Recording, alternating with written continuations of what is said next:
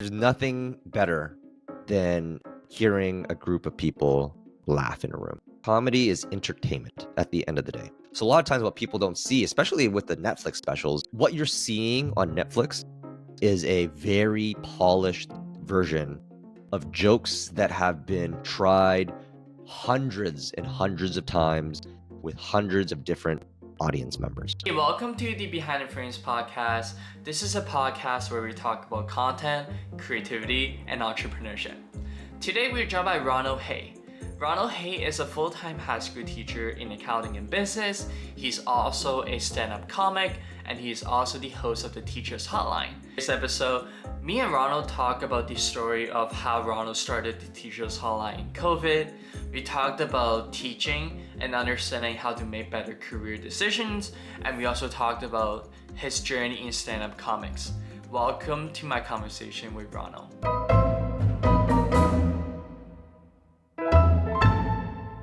Hey Ronald, so excited to have you on the podcast. You're a teacher, a podcast host, and a stand-up comedian. And there's so much that I wanted to ask you about, but let's start with this, okay? I think many of us have been in the shoe of a student before. And as a teacher, when you're teaching all these university classes, high school classes, does it ever remind you of like you as a kid or you as a student? Oh, 100% all the time. I think that's the best part of being a teacher is it keeps you young. You're around these kids all the time, every single day. And, it's funny. I don't know if you remember, like, your parents used to do the whole, oh, back in my day, back when I was young. Like, I'm that guy now. I'm like, oh, back in my day, I wouldn't have done this. And so, yes, 100% it reminds me as a kid. And I think that's partially why I think I love being a teacher is it reminds you back of those younger days, and it makes you understand the kids of why they do what they do and say what they say and act how the way they act, because you get it, right? Like, even though it was a long time ago, a lot of those memories were really ingrained into all of our heads. So yeah, 100%, absolutely. How were you like as a kid? Oh, it depends on who you ask. I think for me, I remember myself being a pretty studious kid. I was always afraid of breaking the rules. I would make sure to be on class on time, do my homework, make sure I do do well on all my tests, or else my parents would kill me. So I was definitely, I would say, a pretty good kid, and I remember I was trying to be one of those kids that, everyone liked. I didn't really have one like friend group, especially in high school. Like, I would have different friend groups. I would hang out, with the nerds. I would hang out with the jocks. I would hang out with the cool kids. I didn't really, I remember in prom, I didn't really know who to go to prom with because I had all these little different pockets of friends.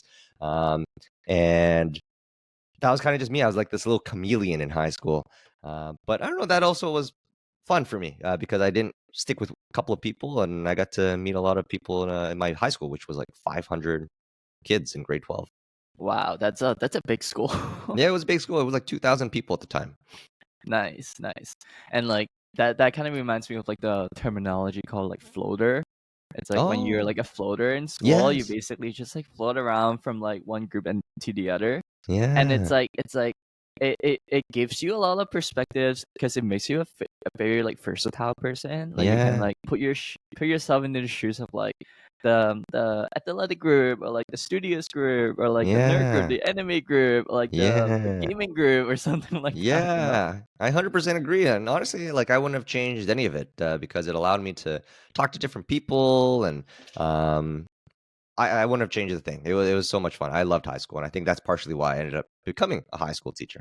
Yeah, I heard about this quote like your earliest influence is probably one of your biggest influence in life. What do you think of that statement? Oh, 100%. I think about just the teachers who have influenced me when I was young. I had two really influential high school teachers. I had my drama teacher who was very influential. My grade 12 business teacher was really influential. And it's funny enough, when I really look back, those two people made me into who I am today. My business teacher was able to kind of put me on this path to go down the business school route. At the time, I didn't know what I want to study, and he sat me down one day and said, "Hey, Ron, like I really think that you'd be great in business. You should apply to these business programs." So when an Yeah. adult tells you that, you're like, "Oh, wow, is he saying something that I didn't know in myself?" So because of him, I am where I am right now, teaching business. My drama teacher really brought theater to life. He really built this really amazing culture in his classroom, and I think back, honestly, that's probably the reason why I'm a stand-up comic, because I loved theater so much. And I'm not going to be on Broadway right now at this age, but the stand-up comedy allows me to kind of set my own schedule, find my own stages, and still find that uh, dig deep into that performative uh, roots that I had back when I was in high school.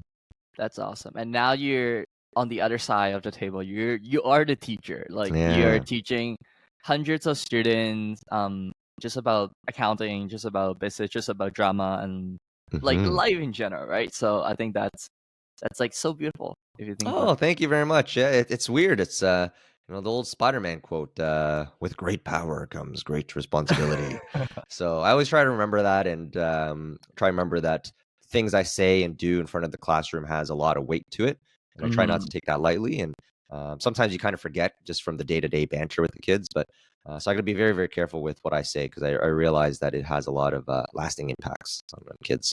Absolutely. And I also feel like in high school you are what like 15 to 14 14 to 18. to maybe 18. Yeah, 14 to Yeah, 18. 14 to 18, and university it's like 18 or 19 to like 22, 23. Yeah, It's like two pretty big chapters of everyone's lives. Like it's yeah. two very transformational period for like most people. Let's say if people if you want people to take away one thing from high school and university, so two separate questions, Mhm. like what would that one thing be?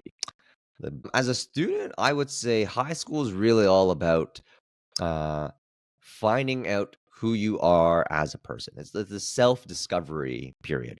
And a lot of times I find that students don't have that figured out, and that's okay. I didn't have that figured out by the time, even when I finished university, to be honest with you. But I really Mhm. think that it's all about self-discovery, trying to take as many different courses as possible. And unfortunately, a lot of these university programs, they force you to make a decision very, very quickly in life, which is, I don't know, not the greatest, but it's just the way things go, right? Like if Mhm. you know you want to be a doctor, like you kind of have to pigeonhole yourself into these science courses very, very quickly.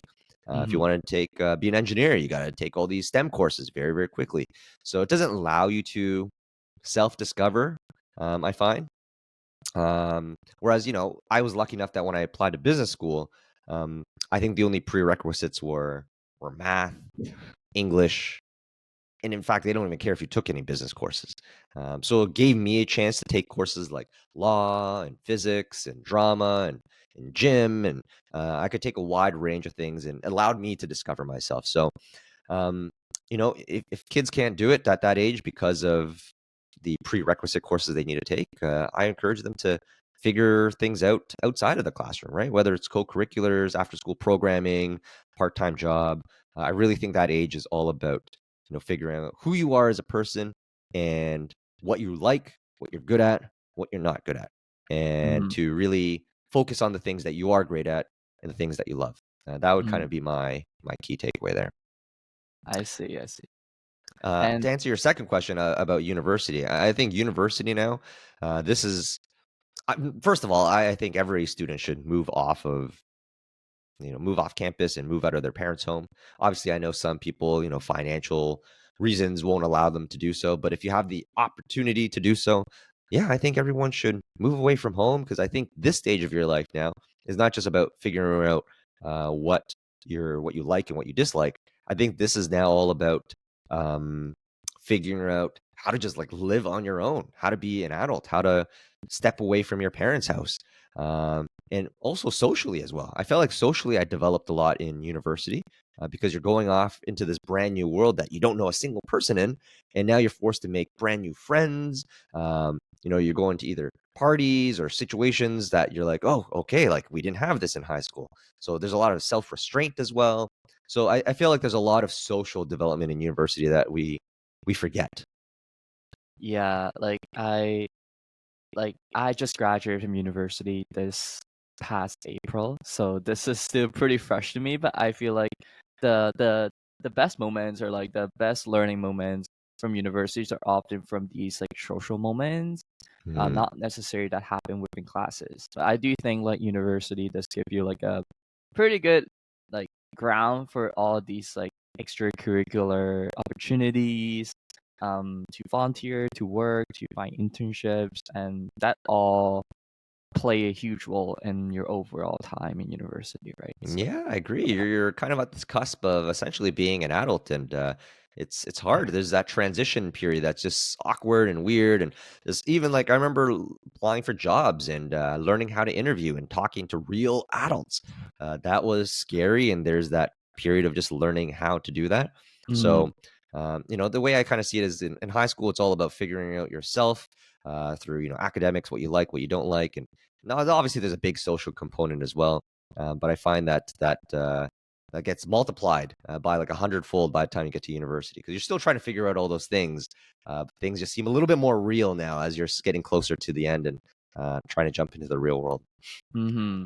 And for those who don't know, like Ronald, you graduated from university in with a business degree, and you didn't necessarily go into teaching right away. Like there's this little transitory period when you were like working in marketing.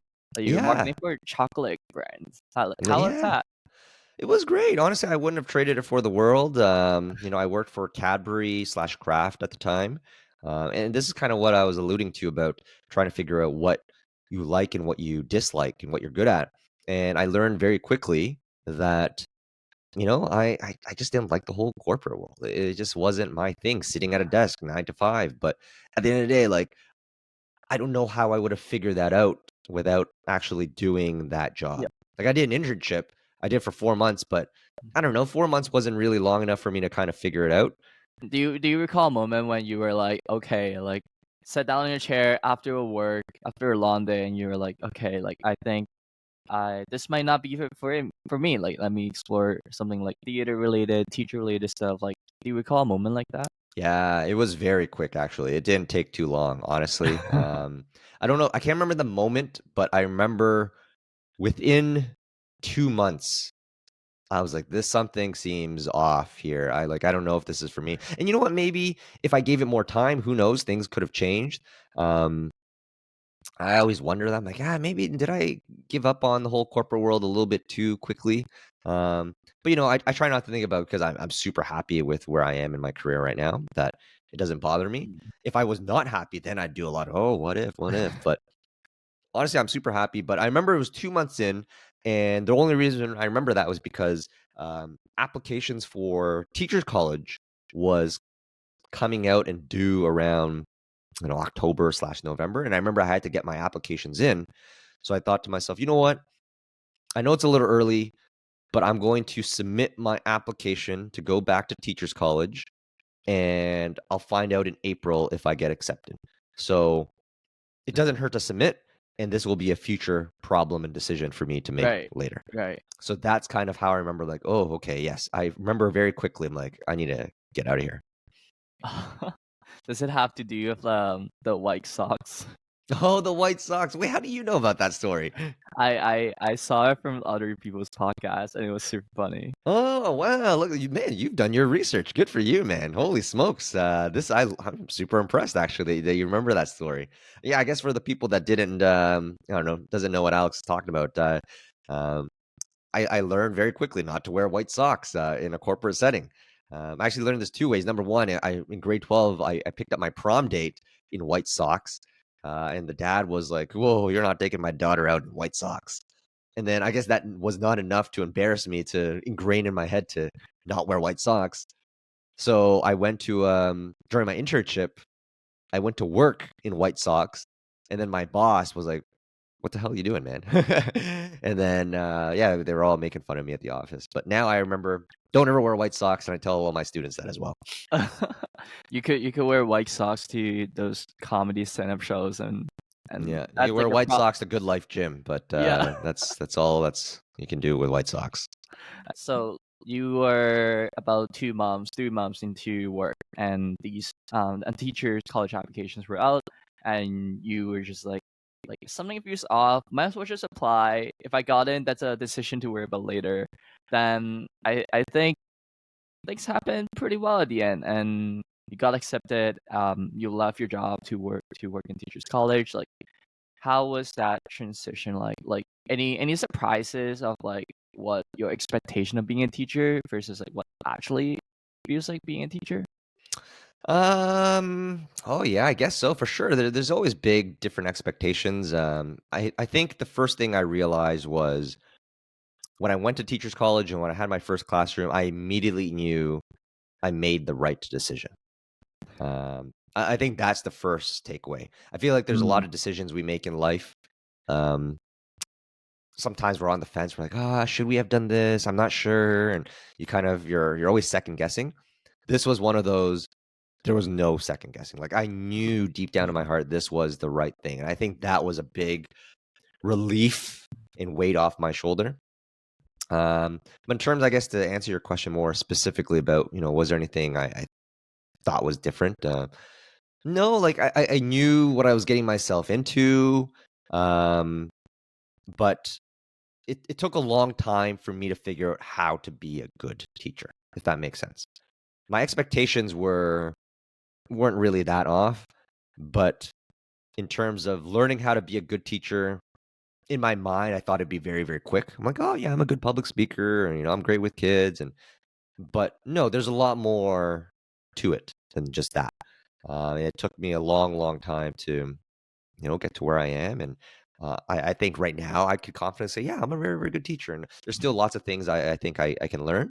But I'm at a point in my career where I'm like, yeah, I got a lot of this figured out. A lot of it is now just tweaking and adjusting to certain students mhm. and not be dull and kind of just change up the curriculum every now and then, because I don't want to be that teacher also that just 30 years into my career I'm doing the same thing and I'm getting so bored and I'm just clocking in and clocking out.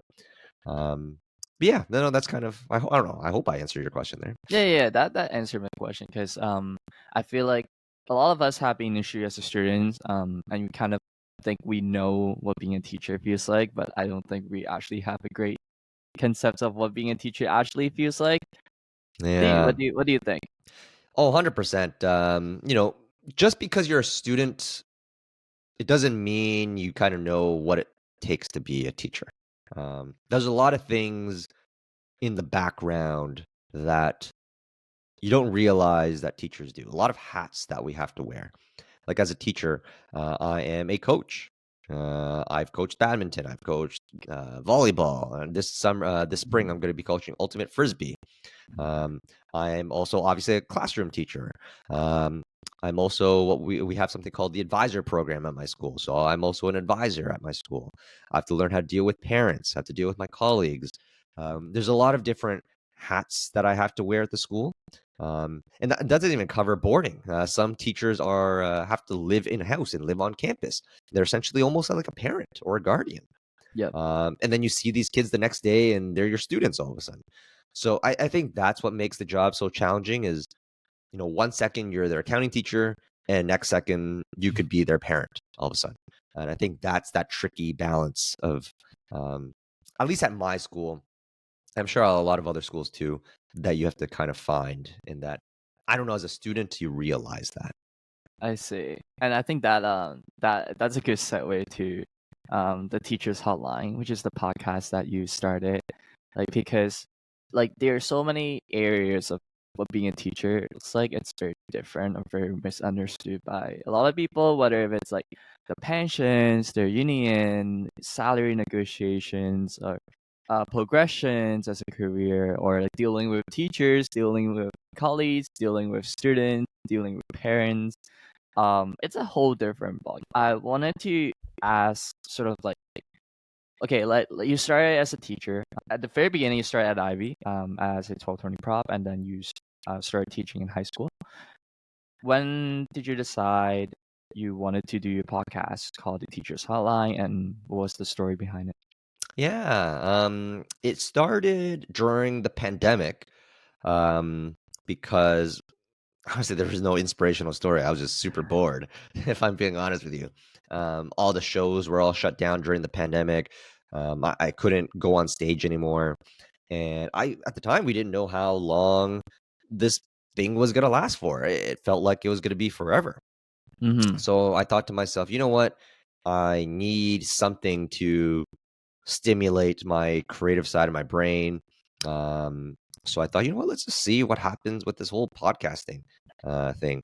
So, I bought this microphone. I was able to find a sponsor. And, a lot of it was just trial and error. Like I paid someone $50 to make my logo. And then I just found guests just like you. I would just cold call people. I'm like, hey, my name is Ron. I was wondering if you could get on this podcast. And very lucky enough, people said yes. And they were weekly episodes during the pandemic. I found that after the pandemic came out, it was just hard to constantly find guests, edit, promote. It's a lot of work to make a podcast.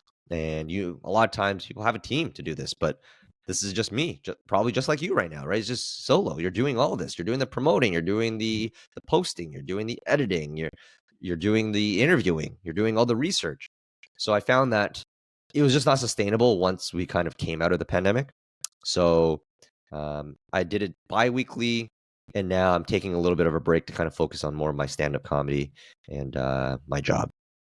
Let me give you the stack. Like this is the time of the year when like Spotify or like gives you the wrap of like all Yeah. the songs you listen. Yeah. And remember you posted on your Instagram story like last year for like last year's recap. Yeah. Your podcast is the top 10 podcast for 99 people. Yeah. How do you feel about this? Like that's crazy to me.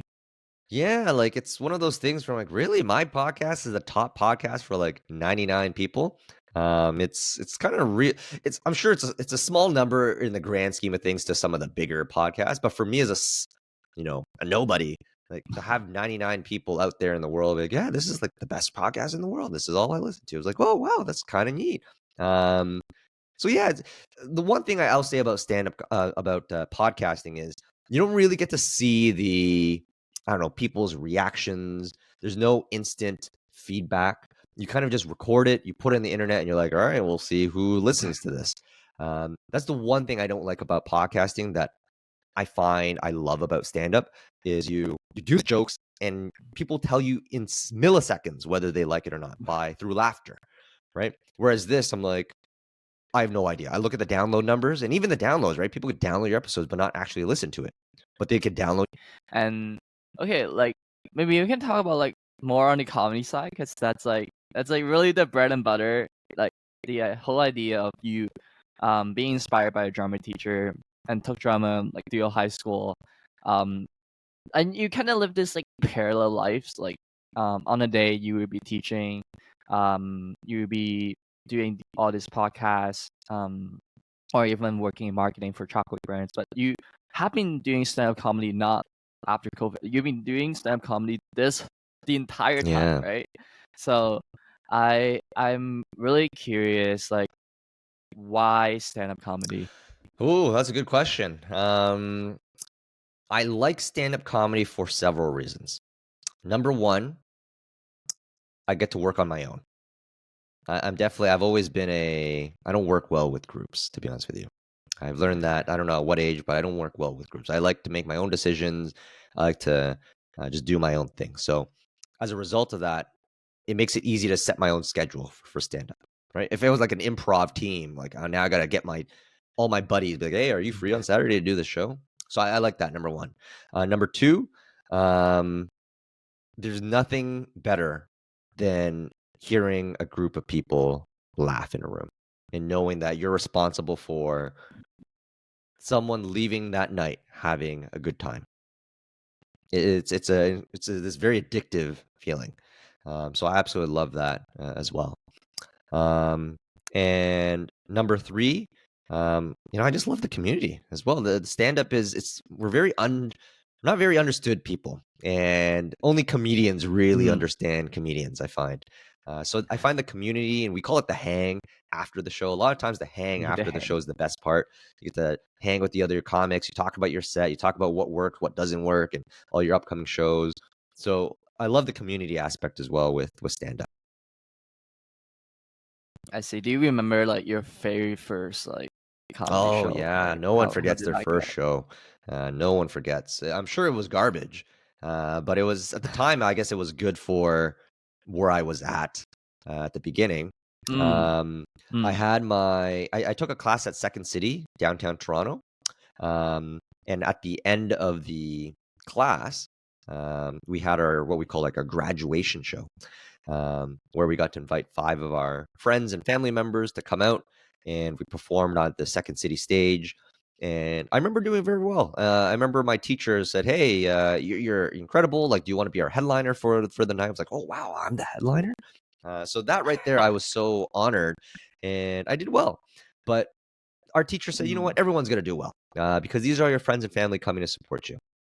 And then, Yep. so I guess that's my first real show, but it's not really a real show because it's like you're inviting people out to this class. My first real show was at this place called 120 Diner. The show is called Comedy Kapow. It doesn't exist anymore because the pandemic kind of shut down the bar. But someone asked me to perform there. They gave me 5 minutes. They were going to pay me like $10. I was like, oh my God, someone's going to pay me to do this. And I remember doing very, very well that night. My friends came out. I was dating a girl at the time. She came out. Some of my colleagues came out. Like a lot of people came out to support me. And I remember walking out of there thinking, wow, like I gotta keep doing this. This is so much fun. And honestly, since then, I've never really stopped. It's like the idea of when you were doing these comedy stand-ups, you get all these feedback instantaneously from people, like from the people that you care, that knows you, to people who were just there for the environment, for the vibes, and they were just all laughing in the same time in that same room. I think that's a great It is. feeling. It really is. Something about a room full of people just all laughing synchronously. There's something very contagious about that. It just sets off these positive vibes, and you could be having the worst day in the world, but you're in a comedy room, comedy club, and everyone just laughing. You're like, wow, like you just instantly feel really, really good. And like I would sometimes listen to like comedians. I like maybe like Andrew Yeah, shows yeah, or great something. comic. But if I think about like for example athletes, like I see like a clear path for them to go into the trainings, like work out, do these drills and perfect in their sort of craft on the field and off the field. And eventually with time they slowly get Mhm. better. For comedian, like how do you get better? How do you study? How do you get better at Oh man, performing? you're asking some really good questions. We get better through repetition and through trial and error. That's really the only way.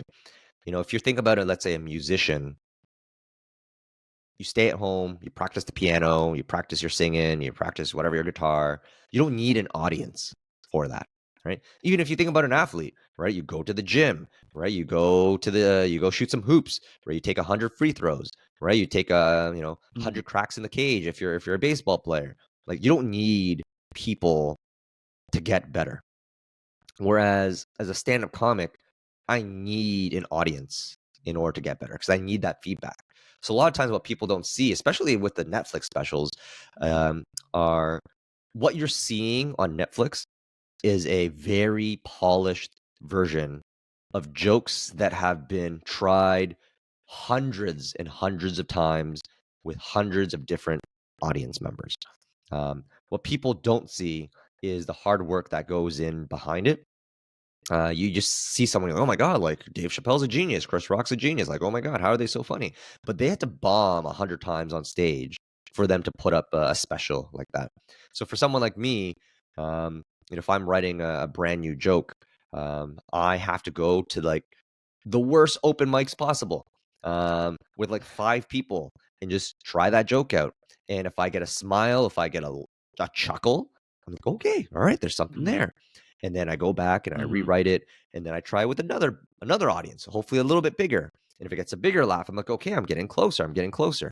And it's this constant, you know, process of going back and forth, back to the blue, what do you call it, the drawing board, and constantly working on your jokes until you get to a point where you're like, all right, I think I'm ready to do this in front of a big audience. And then you try it, and if it works well, you're like, oh my God, I did it. This is amazing. There's no better feeling than having a joke land with a paying audience for the very first time. Like, for instance, I did a show a couple weeks ago, and I wrote this brand new joke that I've been working on for a couple of weeks now. And I'm like, you know what? Tonight's the night. I'm just going to do this joke in front of everyone. And I had to do 20 minutes.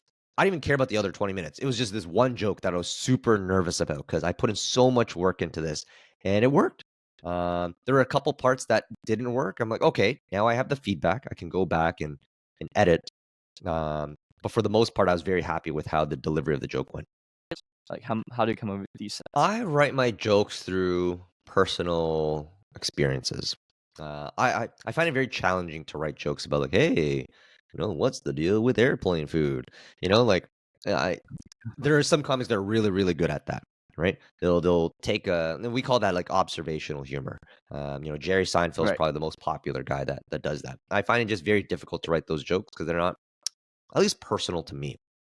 A lot of my jokes come from personal experiences, whether it's, I got a bunch of jokes about being a teacher, jokes about relationships, jokes about my parents and my friends. You got to really live your life, I find, to be a good comedian, because then you just run out of things to talk about. So sometimes I get into this like rut. I'm like, I don't know what to write. Like there's nothing for me to write about because there's nothing exciting happening in my life. So I find that to be a great comedian, a lot of times you just got to go live your life, go travel, go date, go do something at your job that you don't normally do. That's where a lot of the material comes from, I find, a lot of times. And how can someone like me be better at, like, quote unquote, like being more present in life and being able to capture more of these moments? I've been trying literally within the last week.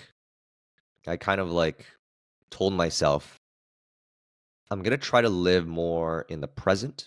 That's kind of been like a mantra I've been doing the last year or so. But what I mean by this now is I try to want to have more real life conversations with people. What does that mean? Like Like, we real live life in this conversation? world where everything's all digital now. Dating's all online dating. Even the way people talk, people just text message each other.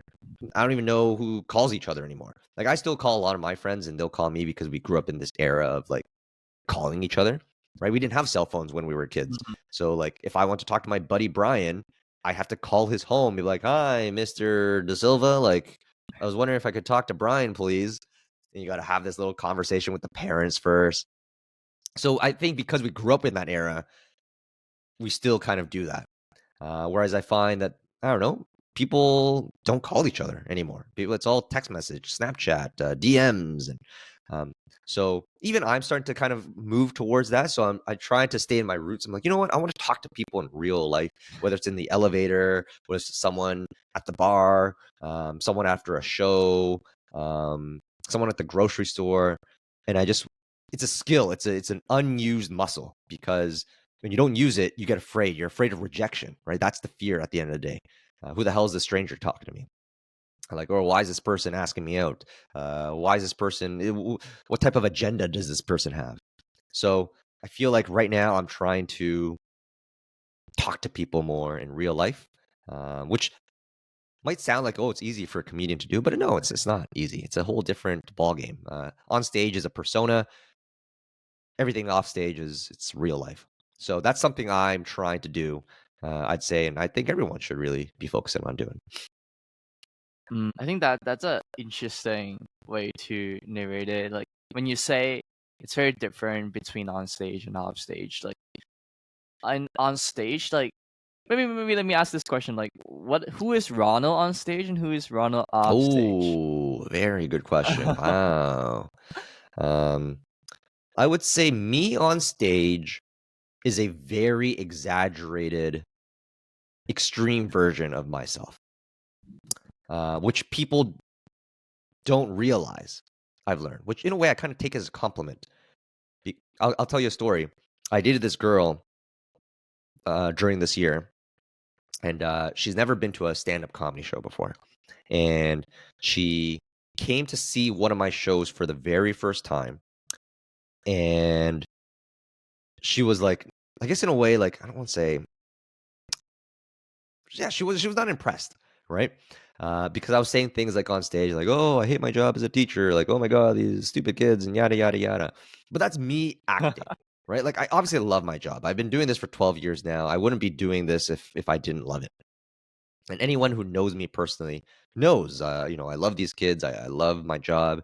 But on stage, that's not funny to be like, "Oh my God, like I love my job," right? Like that's just not funny.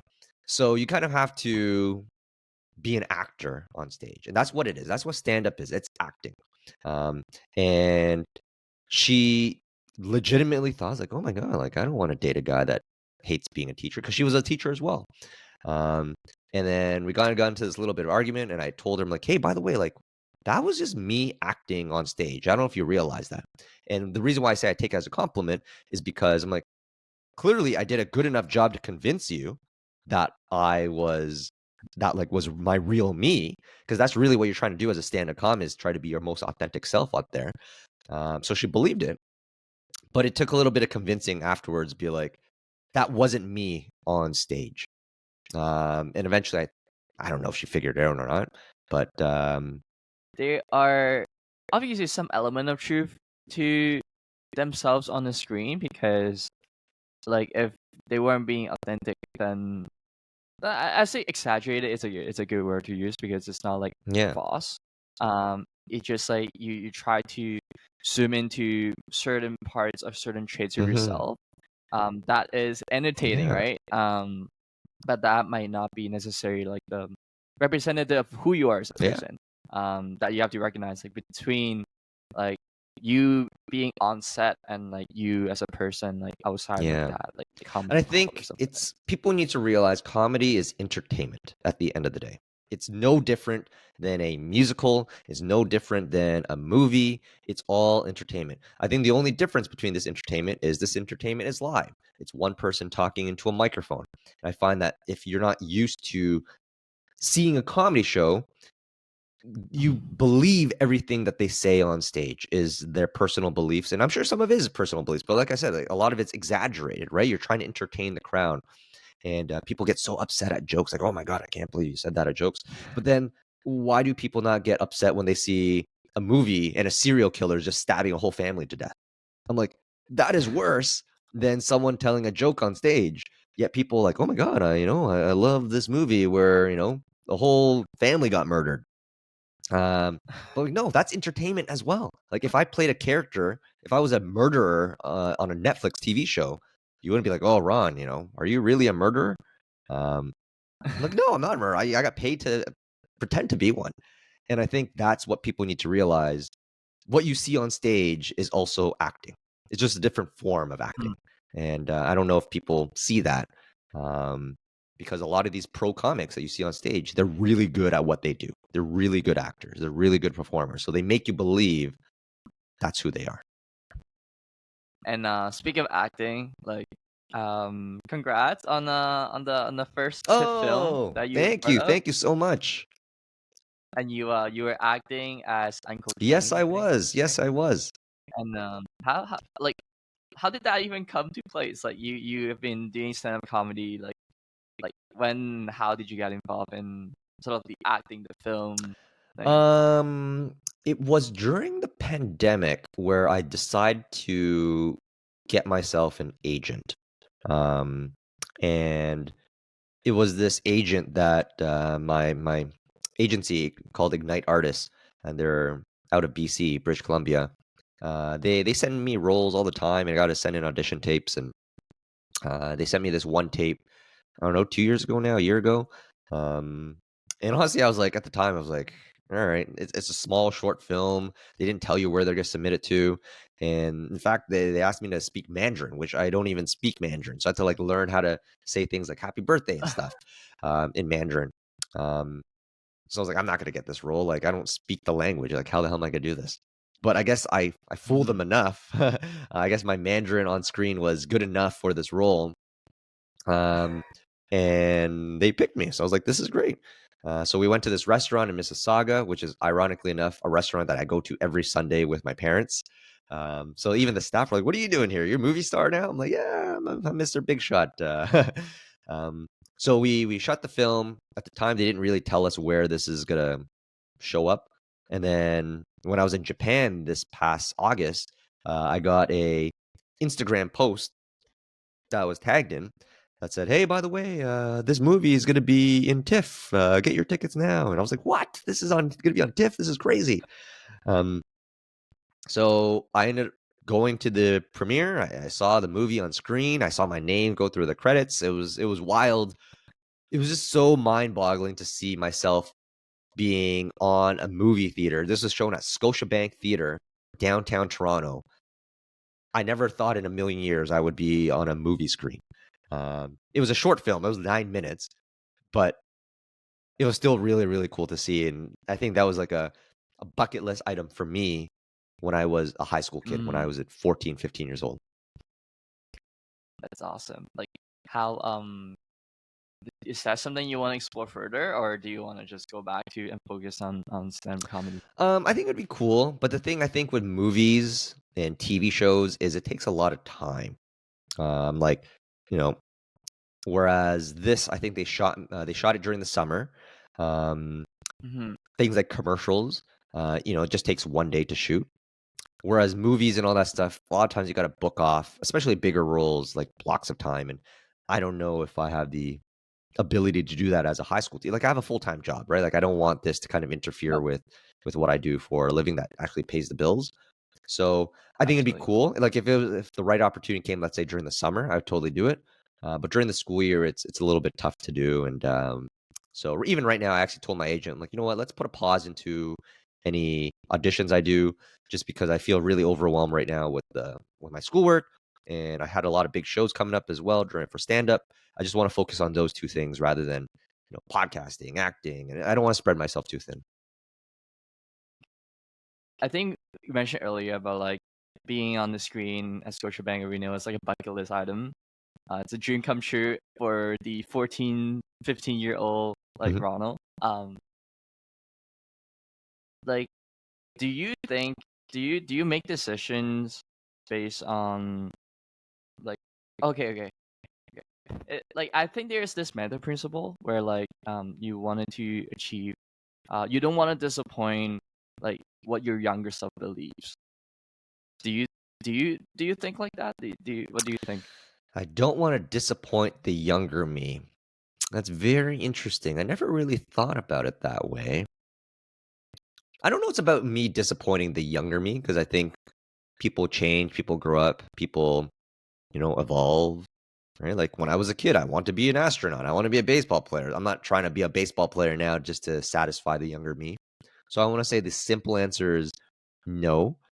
But with that being said, I think there are parts of, I guess, the younger me, if you want to call it that, that still lives within me, right? And I think that's the whole performative stage thing.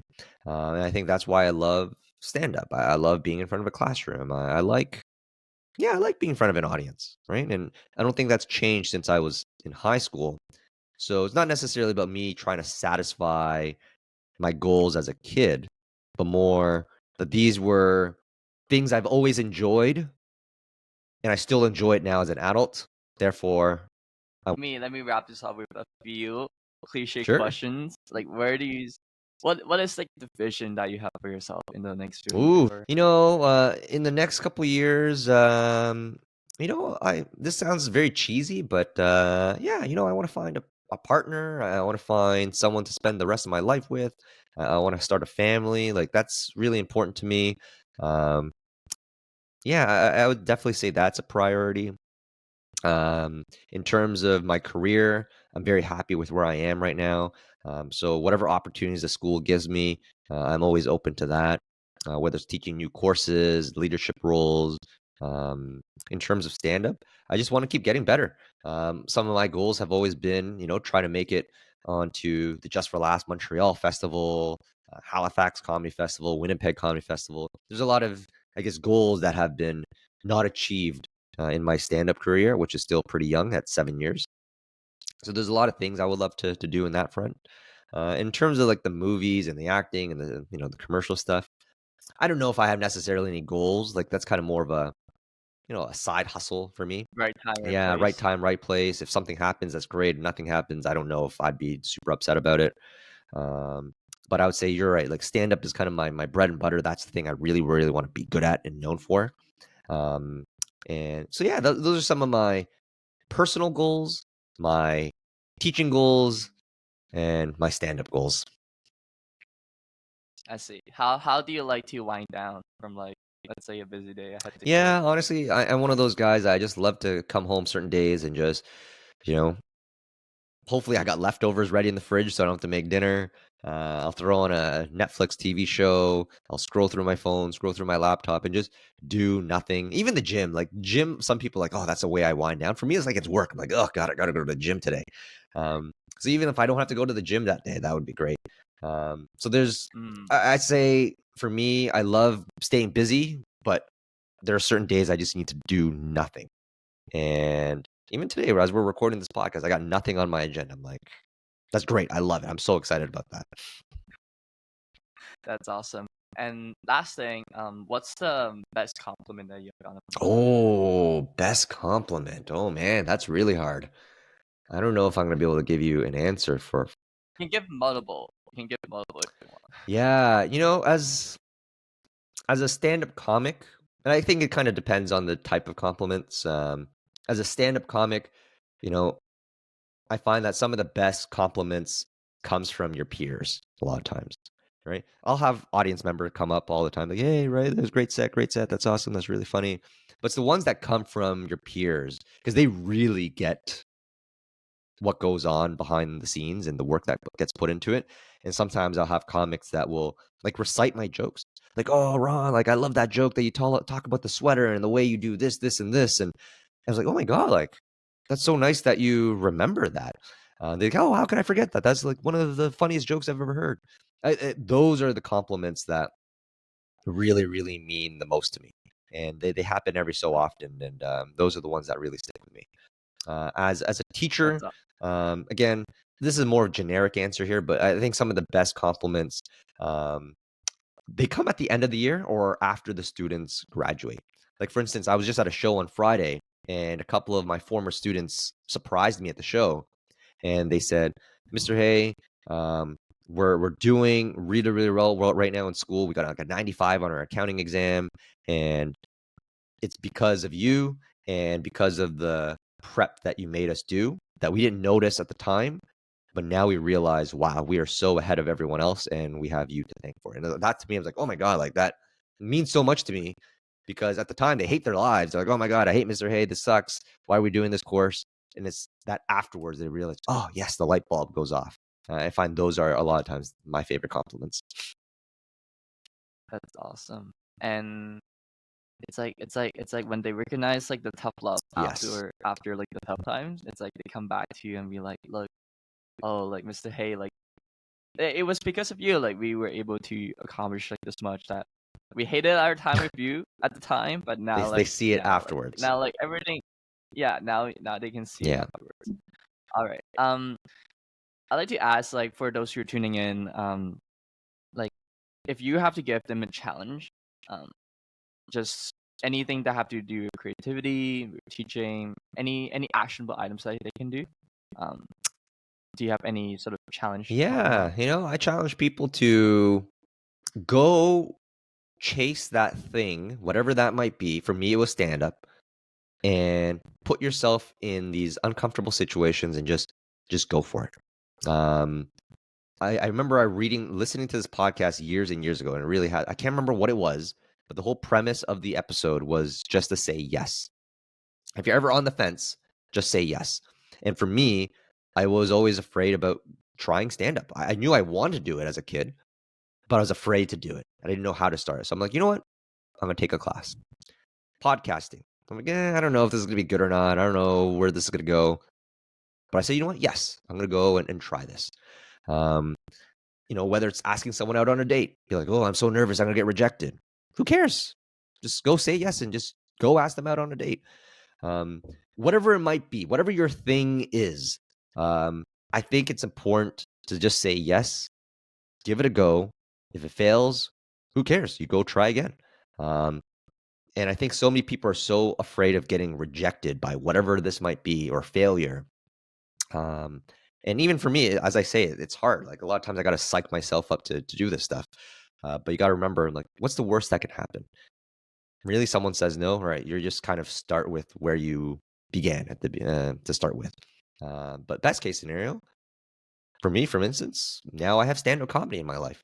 And I'm so glad I said yes to going to those classes, to continuing doing all these shows, because I wouldn't have been able to do these incredible shows and meet these amazing people if I didn't say yes to all those opportunities. That's awesome, man. That's a great way to wrap this. And where can our audience find you and Yeah, support so you, you Ronald? can follow me at the Teacher Hotline on Instagram and on Facebook. I'll post all my shows there. Every now and then, I'll post some clips or podcast stuff or teaching stuff. That's kind of my public account. Yeah, feel free to follow me there. And I guess this comes out in January, so I don't know if I have any shows booked out just yet. But yeah, if you are listening there, you can follow my Instagram account to see all my shows live.